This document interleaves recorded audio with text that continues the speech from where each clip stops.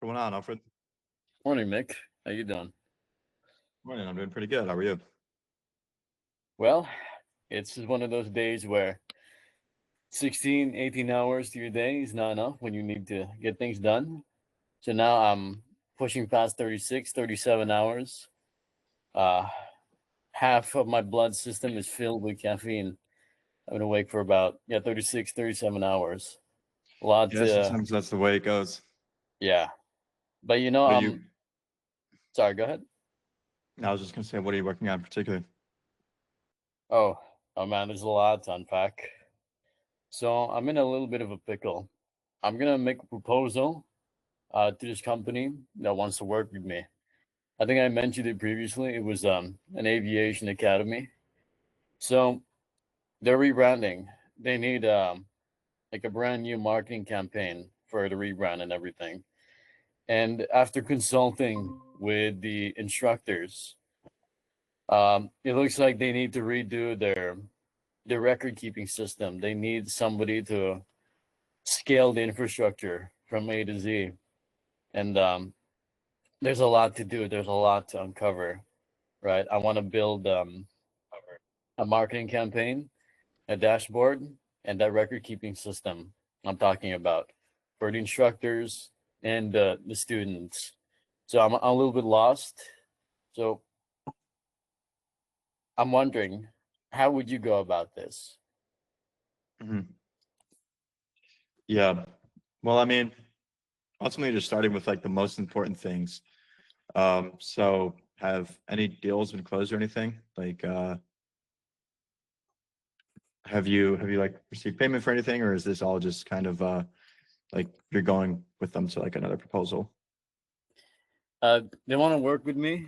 We haven't worked out the money, the fees, because honestly, these people are sort of like family. I'm not gonna have like a rate for myself. They're gonna give me a commission.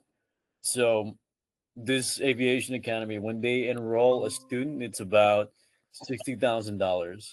So they don't mind sparing $4,000 for me every time I Mhm. enroll a student.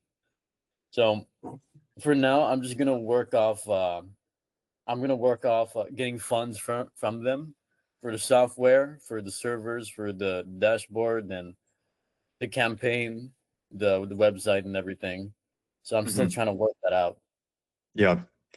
Yeah. I mean, the biggest thing is communicating with them. Like, honestly, setting up like a meeting, calling it like a strategy session or like a discovery session where you guys are going to break down like what is the most important thing to be working on first and then breaking it down from there. Um, so if that's like having a website, I mean, I doubt that's going to be like where the most important piece is. Like you want to Yeah, look for like what's going to generate the highest return. Like if you're going to build like an automation, you want to make sure it's going to be saving them like 20 hours a week or at least like whatever it's generating, it's going to be higher than like the alternative. So I mean, like you could lay out everything that they want, but just start going through like what's going to actually generate the highest return for them. right. Either something that's going to increase their bottom line the most, so generate them the most revenue, or save the most amount of time. Usually, it's like the former, where creating the most amount of revenue. So, like, do you have an idea of like what that might be? Yeah, there's plenty of room for me to work my magic. These guys are pretty bare bones.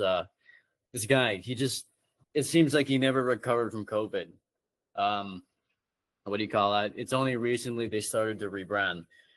How they document everything, the onboarding process from the international students and from the record keeping, they all do it by hand, which is absolutely nuts. And I can't believe Mhm. they're up and running for this long. So I'm gonna come in. I'm gonna set that international marketing thing. Usually their students come from what's it called? From Nepal, from India, from the Middle East, Papua New Mhm. Guinea, somewhere in between.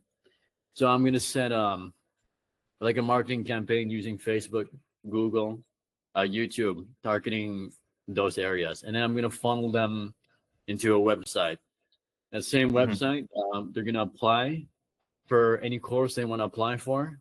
They put in their number, um, where they're from, their information, and then Uh, I take inspiration from one of the call centers you had previously, right? It was powered by Form, and then there's like some sort of back end over there, so they get fed into that the call center thing. It's gonna call them, it's gonna qualify them, and then after that, it would transfer them to human once they're qualified, and then after that, the rest of the problem should be onboarding them into the CRM and managing the instructor and the student within that same CRM. Hopefully that makes sense. Yeah, it does. Yeah, sounds like a pretty straightforward onboarding process, minus the like inclusion of AI to like actually contact them. Um, yeah, I mean that would be a great place to start. So, I mean, you don't have to like automate everything at once. So, I mean, just starting with like the onboarding process, and then mentioning like, okay, well, after this, like we're going to dive into this other process, and this like gives them a reason to put you on a retainer. Right. So call it $3,000, $4,000 a month, whatever. Um, yeah, like where guys are just continuously going to be able to do work and different types of automations uh, once off that first piece. Does this make sense? I mean, it sounds like you were already relatively in line with this plan. Um, because I'll be honest with you, Nick, I probably hit the gold mine. Bec- because these guys they have no clue. They have no clue. They got the money, right? They see me. I'm telling them my ideas. I'm telling them what they could do for the company, and they wanna. All they're thinking about right now is he's gonna solve my problems. Let's give him money, right? Now it's the money I want to communicate to them clearly because I don't want to seem like I'm trying to rob them. So Mhm. in terms of the software and the pricing, my mind's a little bit blurry on those. So you onboarded plenty of clients, and I'm sure you had a lot of back and forth with them. Now, out of curiosity, how do you communicate effectively? How do you set the terms straight? Like, how would you go about it? Yeah, so when we first close a client, like we send them an onboarding form. And with Okay. this onboarding form, it's created from ClickUp. So every time like they fill that out, it's gonna go straight into ClickUp. And then Mm-hmm. we just like create a space with them. So like they can submit like different requests and things like that within ClickUp. You don't have to do all that. Just send them like a simple form of like things that you think are like important. Um, or you could just go through like everything that you might need from them on like a kickoff call. So as soon as you do close them, it's either like those two things. What we do, we send an onboarding form. Once they fill that out, we schedule a kickoff call to just go Okay. through like all the things that they submitted. So it's like credentials and like things like how do you want the voice agent to sound, or how do you want how often do you want us to reach out to prospects, Mm, like if they don't answer or something like that. Obviously, it's okay. going to be like dependent on like what you're building out at the time. And then on the kickoff call, we're just going over like everything, like really just making sure we're on the same page of like what we're actually building out and like our ideated plan for how we're going to be doing it. That sort of thing. Making sure each one of us has just like a mutual understanding. And then for like communication thereafter, you can do email, but what we do is we create a Slack channel, like a Mm-hmm. brand new workspace, call it their company, and just invite them to it. I mean, you can use like Teams or something like that. They might be using Teams already. Okay. Um, but yeah, email or Slack is going to be like the best way. I would say Slack is the best of the two, just because I mean, I think it's faster communication. Makes it just like a little bit Okay. easier. Mm-hmm. Sorry, you cut out there for a moment. Yeah, I'll take those into account. Um, a lot of the clients I'm working with, they're actually in person. So this is going to be really helpful if I'm going to be working with people online. And I'm actually, again, I want to reinforce the fact that I'm actually very fortunate because they're giving me lots of autonomy, right? Like I Hmm. mentioned, they they don't care how I do it. They're just going to give me the money. They want it done, and they trust Yeah. me on that. They're gonna give me an office on the airport, and then I can just work my magic there. Oh, that'd be awesome. Yeah, Yeah, this would definitely be like a fantastic testimonial as well to like to leverage. Yeah, exactly what I was thinking. Yeah. Um, So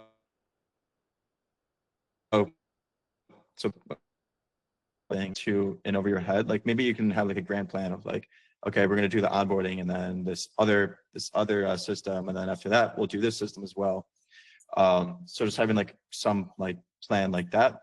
But as long as you're just really just breaking down like one thing at a time, like the onboarding process, um, making sure that you're scoping that out properly.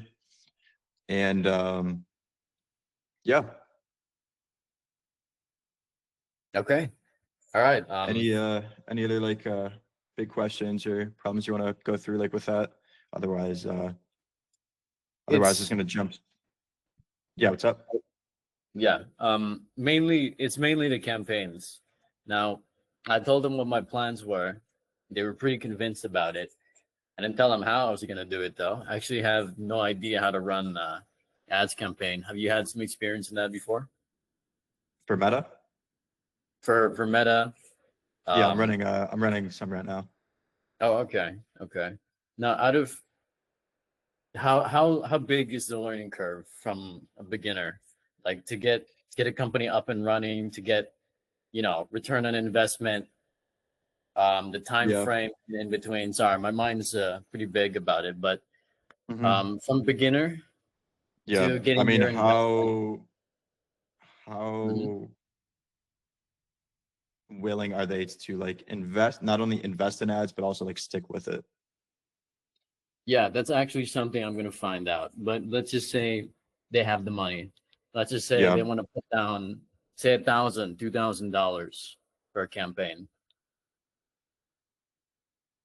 Hmm. That's just for example. Like, what would be the turnaround time if I were to let's To just say build like the ad creatives and everything. yeah, let's just say that's out of the way too. Yeah.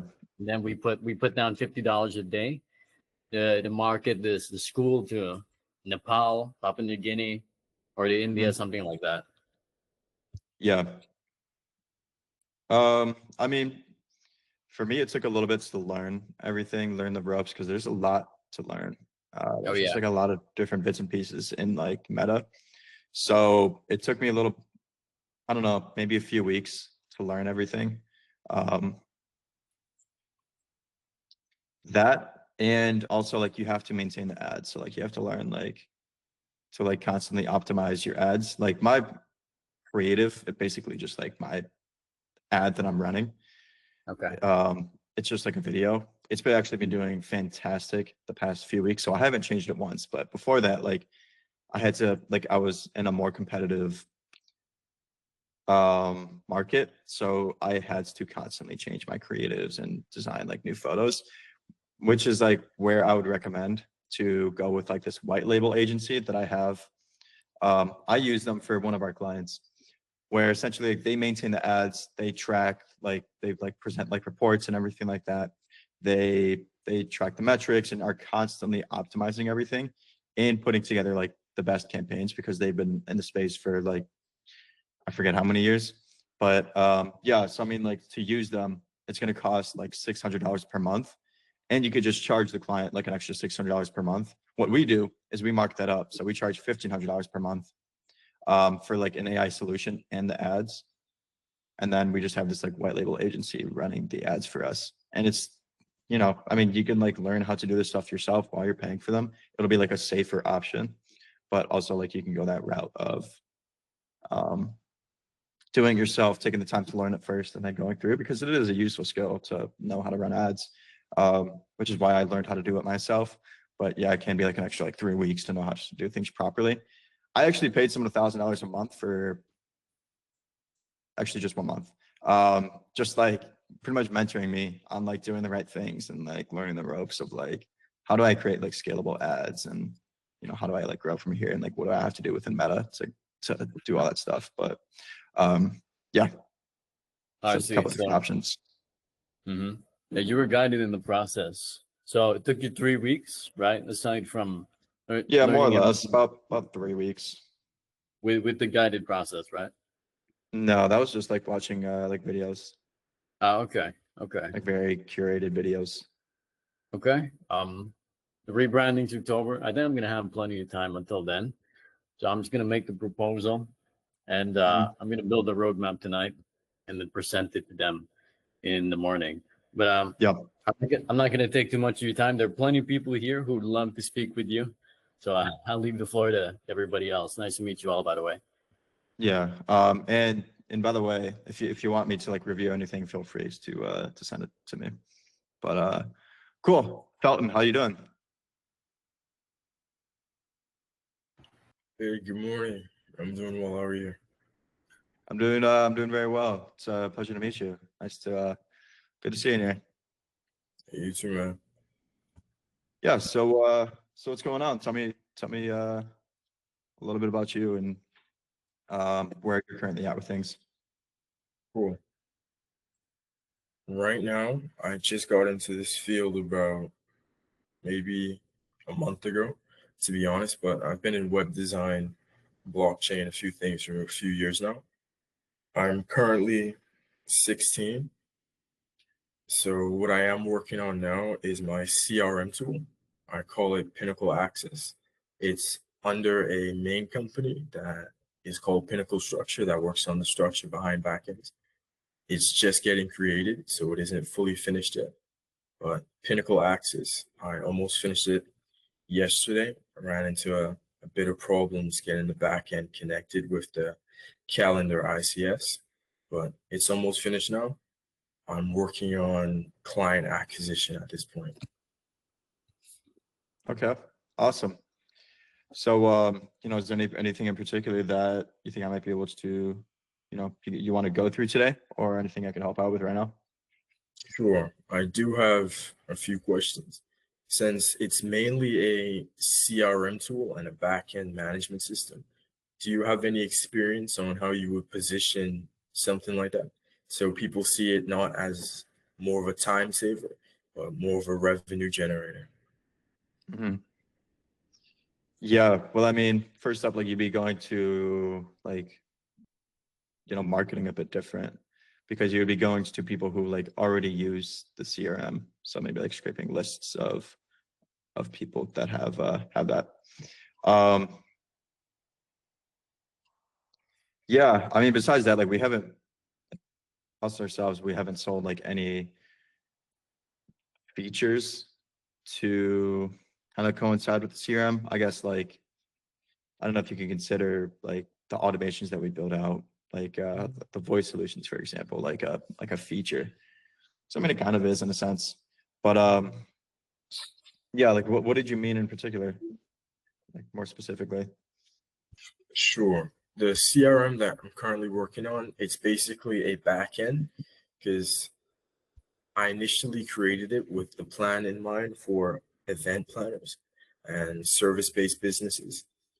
They have a lot of Mm, leads coming in from example, Instagram, LinkedIn, Facebook, people just reaching out, trying to get dates on when they can perhaps get a service in.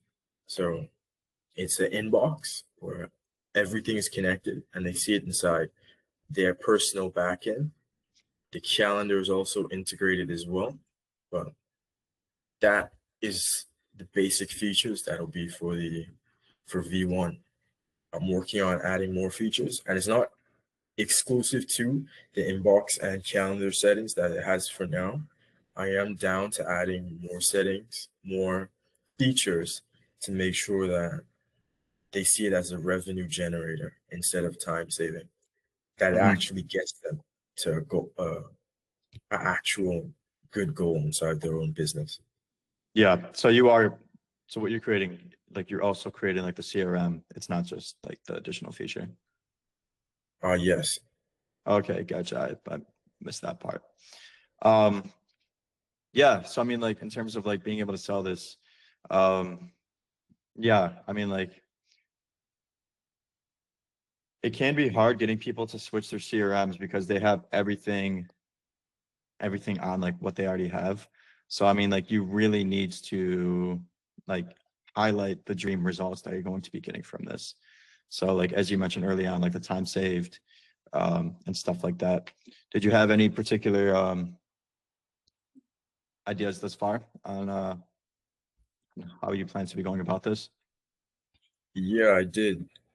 Well, first of all, for the first part, I realize you said to market to some people as well who already, I would be marketing to some people who already use CRM tools. But I was thinking a decent amount of them don't use CRM tools for now. And to get to those people, I'd be using the obsession method. It was from a podcast with Diary of the CEO, Alex Ramosi, and Dave Chapler, a few other entrepreneurs. I basically take a few minutes, analyze their funnel before they even know me. I analyze their funnel, create a message, actually calling out loopholes where they could be leaving money on the table. And then I go ahead and tell them how my product would be able to help them reach their specific goal, which then Mhm. again, I fully mapped out how I want the features to go, which is what I'm kind of working on now. Mhm. Yeah. So I mean, like, tell me about a little bit about like all the like dream results from like this. Sure. Like I said, for now, it's mainly time saving, but the inbox, I know a lot of time could be wasted scrambling from the many different social medias, sometimes even email, because a lot of service-based businesses, they have a website and they have a form on their website. People submit, they don't get back to them because sometimes they simply didn't see it. Mhm. People reach out to them from Instagram, Facebook, LinkedIn, whatever socials that they may have, and they don't see it in time, which causes them to lose a potential client to slow response rates. That's something I Mhm. wanted to work on as well. Ether,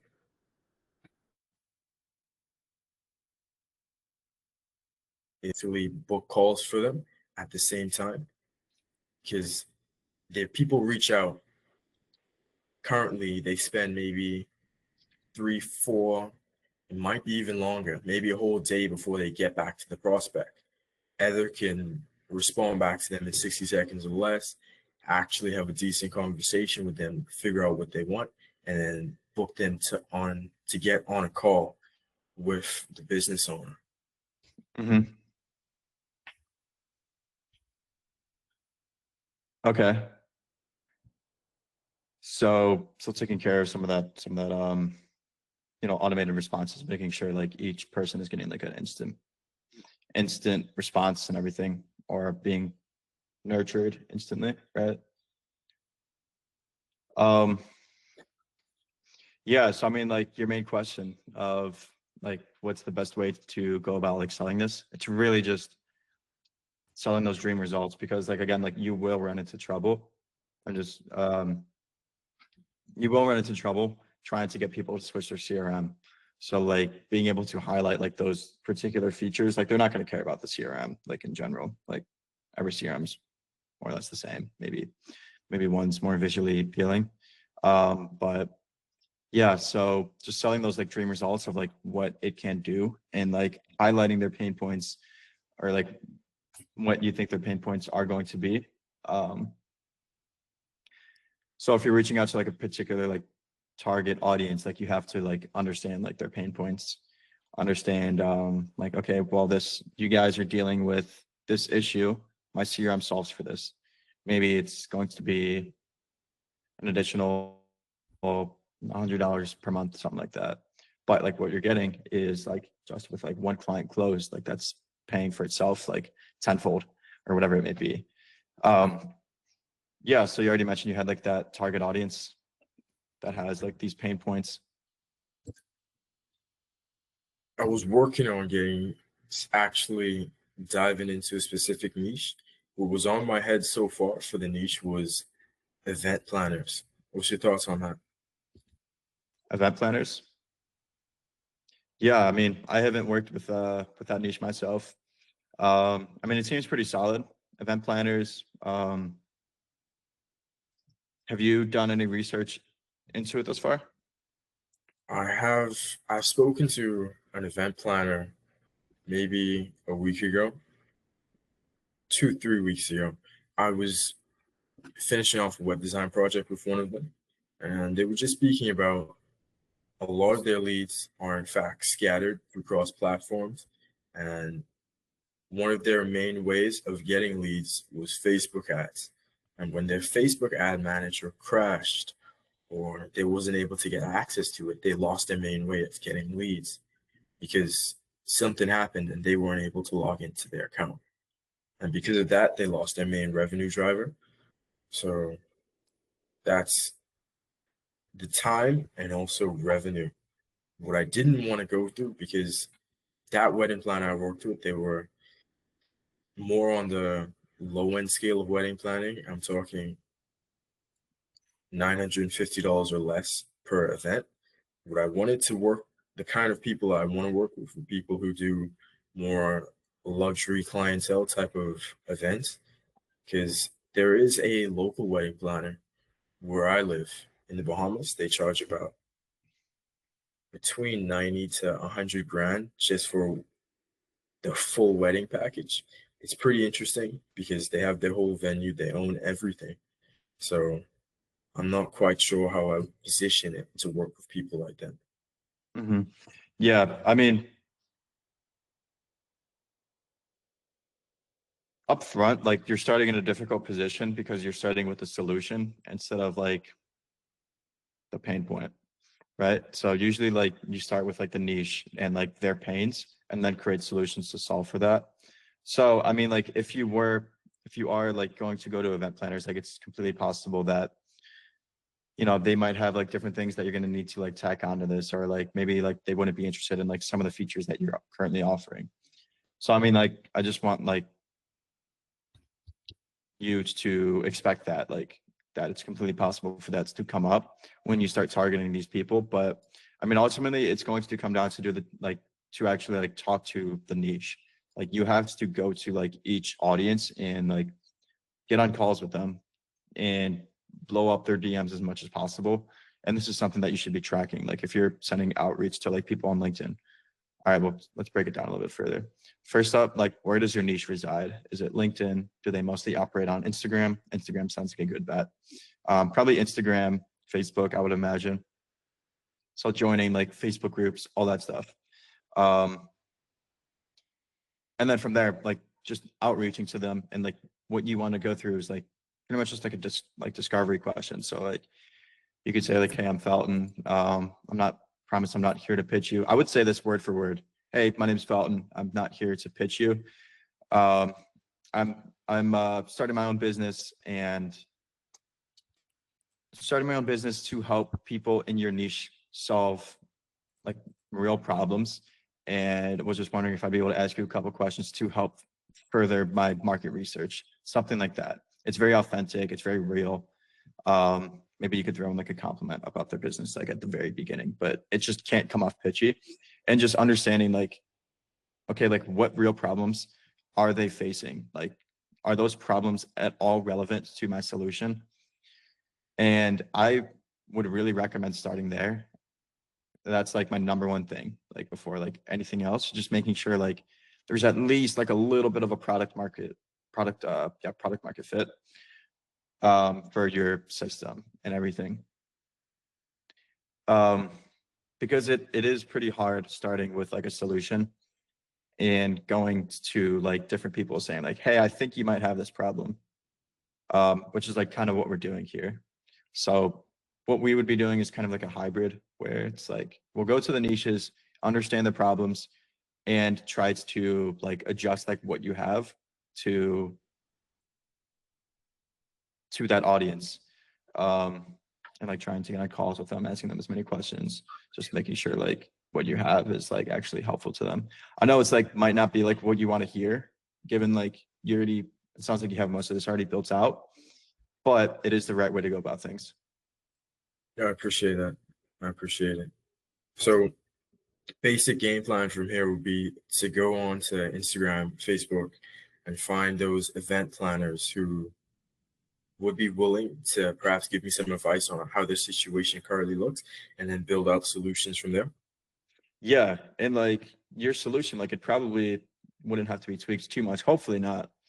But like what you may find is that like, okay, well, some of the niches that I've reached out to just don't need what I'm like pitching them. But that's going to save you months of like heartache and like wasted time, because, you know, you could keep like pitching this solution to people and find that, you know, it's just not solving this audience's pain points. But yeah, like you really need to break it down into like that type of vertical. So I mean, like list out like a few, like maybe like 2 different verticals that you can reach out to, maybe 3, like event planners, or like dog groomer owners, or like dog daycare owners, whatever they're called. Or if you have like another one in mind. But yeah, just reaching out to them, understanding their pain points, and making sure that like their pains actually resonate with what you are presenting, right? And I would also like track the metrics of like your outreach message. And I would also recommend like sending me like what you're pitching them, or not what you're pitching them, what you're sending to them, just so I can like tweak it a little bit. Because I've sent a lot of like intro messages, and just want to make sure it's like personable and not like too forward to them, so that they'll actually respond. But yeah, feel free to like DM me and teach me like what that message looks like. Sounds good. I will do that. I do have one final question though. Yeah, of course. When I eventually get the solution, when I get the problems from these people and I make the solution, how do you recommend going about bringing it up to them? Starting it with a demo, a preview, or just building curiosity with them first? Mm-hmm. So like when you've identified that like they might be a good candidate for this. Yeah. Pardon? I didn't hear you. Are you like saying like what to do when you determine like they are a good candidate? When I What you have? eventually figure out what problems they have and I build solutions for it, how do you recommend coming across to them? Oh, just like generally? Yeah. So I mean, like what we do right now, like we just kind of have like a demo available, like where people can call in. So building out something like that where like they can like really like test it. I don't know if that's going to be possible with like some of the solutions that you may potentially build out for them, but giving them some sort of demo. So I mean, like it could be a Loom video of you just walking them through like, okay, here's what happens when you do this.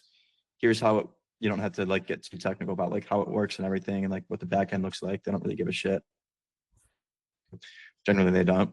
But yeah, just kind of presenting like how it works in action. So like giving them something tangible. So whether that's like a Loom video or hopping on like a quick call and just walking them through it. Yeah, again, like it's gonna depend like what the solution is, because if it's like a voice agent, then maybe like you can have it call them, or maybe you can have them call into it. So it really depends, like different ways to like be going about showing your solution. All right. Sounds good. Appreciate it. Yeah. Yeah, of course. Lizzie, how are you? It's good to I haven't seen you in a while.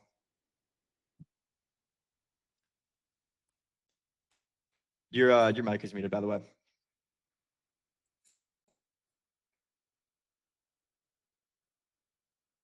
Lizzie, your mic is muted.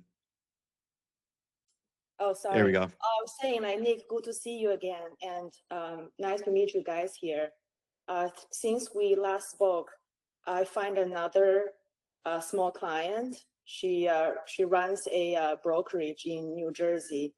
So I built her like a very simple solution, functional though, for the voice call to help her screen properties, and then also the text message for her to respond to people who are interested about her property showing. And yeah, and we're going to deploy that in production this weekend. So Awesome. yeah, thanks for the videos that you provided. They are very helpful.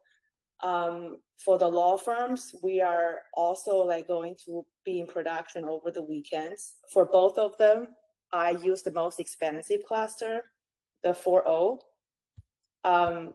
Like I was experimenting with the cheaper versions, but sometimes I don't know if you have experienced this, but like when I ask them questions like, oh, this is my phone number, or this is my email, the agent would keep repeating my question like twice or even sometimes 3 times. for, I believe was the Nano model and the 4.0 mini, sometimes the 4.1 mini as well. So that's why I didn't use those cheaper options, but I think that maybe for other clients in the future, they might be more cost conscious. So like, have you ever encountered problems like that? Yeah. And I mean, like, it's hard to say like what in particular like could be like making it hallucinate. Something that I actually found recently is a website called Lang Fuse. I'll throw this in the chat. But Lang Fuse. I actually uploaded like a TikTok, just like a short form video on like how this works and everything. But it's basically just a good way to test your agents. So you can find like what it is that's making like your system hallucinate and like repeat things. So I'll look into that a little bit, and you can like kind of like diagnose like, well, should I maybe go to like a different agent or a different voice, because like you could test directly like within there. You could switch between like 4.0 mini, 4.0 mini cluster nano. Yeah. Also, I would look into 5.0 mini and 5.0 nano. Can you say Five, again? 5.0 or yeah, 5.0 mini and like 5.0 like cluster. I think those are already out on Vappy. I know like Oh, um they just came out, right? The 5.0. yeah, let me check real quick. Because I don't want to spend too much money for them. Yeah, I mean okay, so they have ChatGPT 5 Nano and 5 Mini. So I would look into using those as well. I mean, it's like a cent, 2 cents. It's the same as 4.1 Mini and Nano. So it's not going to be much more expensive. But I would definitely check out trying those. I haven't tested them out myself. I wanted my partner Kashav to test it out. I don't think he has yet. But yeah, so I would definitely try out like 5 Mini, 5 Nano. It's the same price. Also trying with Lang Fuse. So if you get confused like how to set things up within Lang Fuse, check out my my TikTok. I think it's like Nicholas Peru or Nick Peru on Instagram and TikTok. I go through like how to kind of test things out. Basically, you're just connecting your API from Lang Fuse into Vappy. And then if you go into like a playground, you insert like your Vappy prompt. And that's just like a playground where you can test out like a whole bunch of different results to make sure that it's not hallucinating. And this is going to be a great way to like test things out pretty fast. And yeah, make sure like you're not getting like repeats of like phone numbers. Yeah, I mean, the business owners, they don't usually test themselves. They're very busy running their business. But just for me to test, and even for 4.0, these occurred yesterday. So I thought like, that's pretty weird. But I guess like there's no way to really diagnose why this is happening. So I'll check and keep monitoring. Yeah, that's exactly what Lang Fuse is like gonna help with. Like and it's just like text. So like you don't have to constantly call, and you don't have to get to like that certain stage like way down the line. Because sometimes like when you build out these voice agents, like there's a huge qualification step like that you might have set up. And it takes a while to like on the phone to like get to that stage and like test out like, okay, well, is it gonna work yet? Once you get there. So this like solves for that. So check out my video for that. It's helps us a lot, and it's been very instrumental thus far since finding it. So I also followed your video on the self-hosting. So I set up everything through Hostinger, and then the next day you upload another video on self-host through AWS infrastructure. So which one are you using now? And so for us, like we deploy mostly for like we're mostly working with like healthcare clients. So we use AWS because it's easier to be HIPAA compliant. Hostinger, that's just like a general like client where we don't have to be like HIPAA compliant. So like Hostinger, yeah, I mean like it's gonna be like a good VPS where you don't need like a huge beefy server or anything like that, and just like a simple law firm client or real estate client, like you can just host on there. So it doesn't really matter. AWS, like, yeah, we're strictly going with it just because it's easier for us to adhere HIPAA compliancy, whereas Hostinger, like, we can't even be HIPAA compliant on Hostinger, I don't believe. Yeah, even the Hostinger one, it took me like 3 hours to set everything up. There's things happen during, the installation. I myself Yeah. am familiar with Docker at all. This Mhm. actually is my least favorite part of setting up the whole thing. But I'm asking because I see like right now I'm on the cloud plan, but I do see in the future, I myself have to probably switch to self-host. So You mean like local, like on your computer? yeah, right now I'm using the cloud. I pay $50, but I know for the enterprise version, I probably may have to pay more. But I like the Yeah, self definitely. option. But I'm Yeah. just saying, like I need to make a decision which one I should use, either AWS or Hostinger. Right now, I'm not even using Hostinger. I Yeah. spent 3 hours in setting it up, and I was like so exhausted. Yeah, whatever route you go with, like, or I mean, like, if you go with like the self-hosted, you just have to make sure that you have like a good computer that's actually going to be able to like host these end-to-end workflows and maybe open source models if that's the route that you're going. Yeah, because like me myself, like I just have a simple like MacBook, so I definitely cannot have a any open source models on my computer. Yeah, it As much as I slows would like down to. my current. I'm using iMac, but it slows my computer down a lot by just installing that Docker. Yeah, I'm sure. But yeah, hopefully that helps. I mean, like overall, like LangFuse has been like pretty instrumental to like testing out agents for us. But yeah. And then, well, right now I'm also like learning the ropes of Google Ads because the law client wants to know how his Google Ads is performing. For all the like agencies that he worked with in the past, he wasn't really impressed by their insights. I don't know if you have used Google Ads yourself, but it's like pretty tedious. There are different campaigns, different ads. Within ads, there are ad groups, keywords, and there are different ways to set up. Sometimes the details are not important. Sometimes the details are important. So the past 2 weeks, I've been just like manually checking what's going on with the campaigns and teaching myself where to focus on. So and now I'm trying to do that in NNN where I can build a more systematic metric tracking report. Just want to let you know, this is something that I think it's pretty important as well for law firms. They rely a lot on Google Ads for the small to medium-sized practices to drive their revenue. So I thought this is a valuable add-on service that I could provide for the future clients and the existing one as well. Yeah, I don't see like a lot of videos about Google Ads or really good ones. So I'm like teaching myself. Yeah.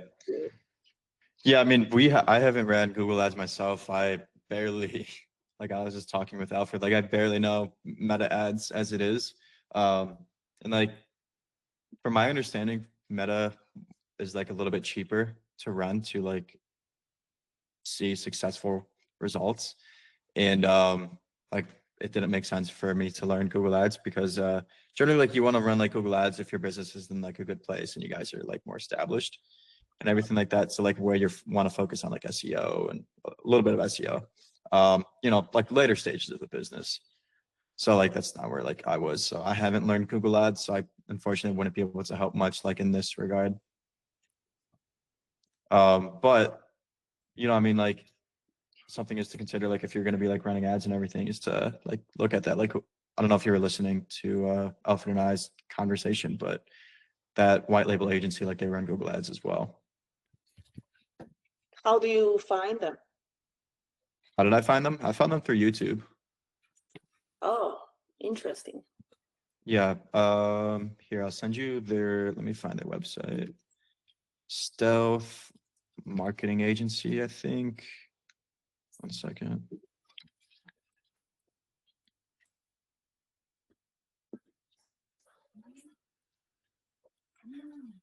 There's their website.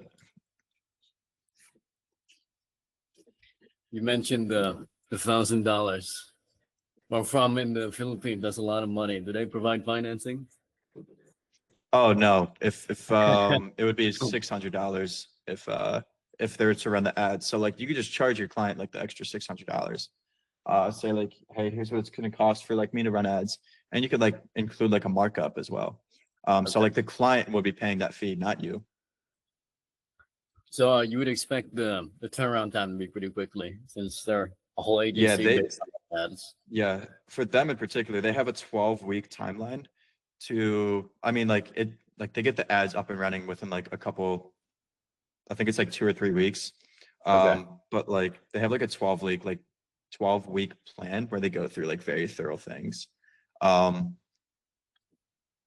Yeah, I could show you quickly. So, and also like Sorry, go ahead.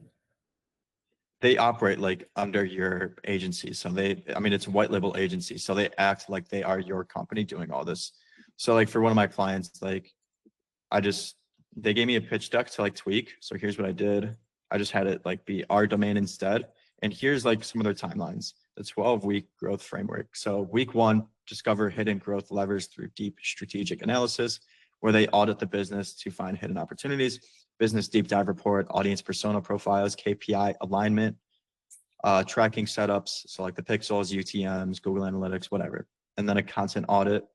And then weeks 2 through 8, it's rapidly test variables to find the most scalable path, where they're like actually setting up everything. Weeks 8 through 10 is just doubling down on like what's working, what's not working. And through all this, like they're presenting like weekly like updates to you and all that stuff. So it's like a very thorough process that they go through. And I could definitely highly vouch for them. Wow. Yeah, it's pretty cool. So if you ever want to consider just like adding like ads as like a supplemental service to your solutions, then this is like an amazing route until like you can later hire like your own ads or like creative, what's the position called? A media buyer. So until you get to that point, you could just leverage this company, pay them like $600 per month, which is a pretty good deal for them doing all of this. And like they're established, they have the results like from like past projects and everything. So like they do a great job. Like $600, do they set up specific just for the meta ads, for example, or do they give you a package like we can do Google ads as well, we can do meta Yeah, ads? it's Google. It's like you choose one channel and they determine like what's going to be the best, or you can just let them know like what you want to use for sure. And it's either one or the other, it's Google or Meta. And if you want to do 2 at a time, then it's going to be like 1,000 per month or like 800 per month or something like that. I forget. Well, that's pretty good rate. Yeah, it's yeah, they lower it so much because like they want to make sure that like we as an agency are also going to be making a profit. So like something, yeah, like if they did like 1,000 per month, then like our markup wouldn't be, we couldn't make it too much higher. So they give you a lot of wiggle room to like actually make a profit. So like maybe sell for $1,000 to your client to like manage the ads, not the ad spend. The client always pays for that Right. separately. So like $1,000 for the ad spend, and then maybe another $1,000 for the ads management, where you're giving that agency $600 and you're making $400 and you're not doing anything. So like you touch base with the wisdom every week or every month, and Every week. and there's a manager talking to you, and there are people who actually Yeah, so they invite you to a Slack channel, and it's like one of their like developers, not developers, but like media buyers on the team, like their tech person, and you can ask them any questions anytime. And they have like different plans and everything. So if you want them to like interact with the client, because they interact with you and then you're the middleman. So they give you the questions to give to your clients, or if you want them to go straight to the client, then I think it's like 1,000 a month or something like that. I can't remember exactly, but we just have it where like we're the middleman. So like we've been only using them for one project right now. Well, that's very cool. I will save it. Because this is nothing compared to the amount of money law firms spend on Google ads. Like if they goes well, you know, I'm sure they will pay more. On average, they spend like 10,000 a month, and that's just Yeah. small practice. Yeah. I'm talking about big ones. And they've worked with pretty much every industry that you can think of, law firms, like healthcare, real estate. They've worked with so many different industries. Like you'll be able to find like some case studies from the pitch deck. If you just hop on a call with them, she'll walk you through the pitch deck and everything that I was just showing you. And she'll go through like some of the industries that they've worked with and some of the relevant ones to use. Yeah, it's a pretty solid deal. And I wonder if I have like a discount if I were to like send you guys, if you guys were to get like maybe like 10% off or anything like that. I'll have to see. But yeah, was there anything else you wanted to go over? Oh, I'm good for the day. Thank you. You guys, Okay. can chat. Awesome. Anything Alfred or Felton you guys wanted us to quickly go? Oh over yeah, the, I'd like something to ask. Also, Yeah. I just want to quickly mention that everybody here has got really interesting experiences. I want to thank you for sharing them on the meeting. So, Nick, you and Litzy had a conversation about lang fuse. I was in and out of my computer, but you told me that would be your go-to place if you want to test like VAPI prompts. Yeah, 100%. Okay. There's not like a lot of like good options right now for like testing the agents. It's very like yeah, I don't think like there's enough solutions out there. I'm looking at one right now. I think it's Brandon Jowitz, but it's like extremely expensive. It's called Reliable. It looks like it's $500 per month and then $1,000 per month, which is fucking insane. Who the hell's gonna pay that? Yeah, and I think you briefly touched on Ocelot earlier. I was wondering what that was about. About what? I think I heard it. If I heard it right, it was Ocelot. Ocelot. I'm not sure. You must be thinking of something else, but I can't think what it might be because I don't know what that is. Okay, I must be talking out of my ass. So for one thing I'm wondering is, have you worked with clients before? When it comes to the VAPI, have you worked with clients who wanted their agent to be like multilingual? We've sent out a lot of proposals for like multilingual agents, but we haven't built one out that's like multilingual. Oh, okay.